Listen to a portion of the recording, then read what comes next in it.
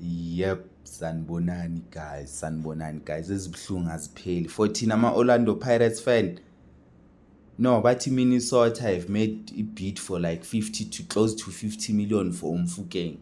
Okay, fine. For Mfukeng imali at stake yabo. If I was Mfukeng vele bengizocabanga imali what ukuthi fanele ngihola imali egrand. But into ofanele ayikhumbule mfana. Once ungayodlala eAmerica USA MSL League wazi ukuthi kubafana asakubizi. Hugo Bruce le league le akayiconsider ezibhola. Umayilulu uthe angakahamba mtshela straight ukuthi ungaya lapha angisakubizi kubafana azange aphinda mbizi. Bongokuhle bathi ubani bongokuhle ubani udlalela angazi udlalelani or Minnesota yakhona naye akazange sabuye kubafana. What's the difference between Mfukeng nalabantu engiqeda ukuba mention? Ngoba Hugo Bruce ushilo ukuthi le league akayiconsider as league kudlala amaniga negro.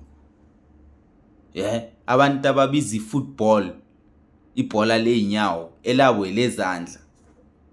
Ifootball ase-America idlalwa ngezandla buti. Abayazi le ukuthi soccer lidlalwa ngefootball idlalwa ngeinyawo babiza isoccer as ifootball. So ipoint yami bafethu ukuthi Hugo Bruce akabafuna ama player adlala namaniga. Shuthi Mfukeng ngizoba simgcina nje.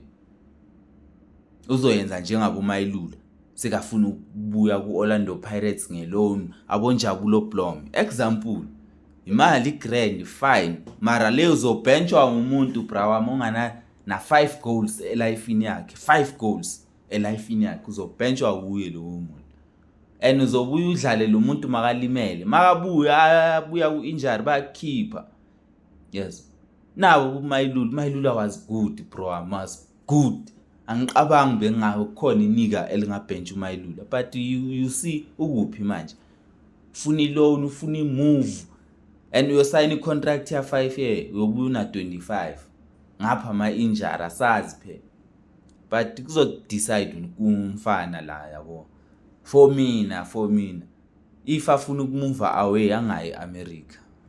Yeah, for mina America kunabhola kune racism waya ngeke alunge.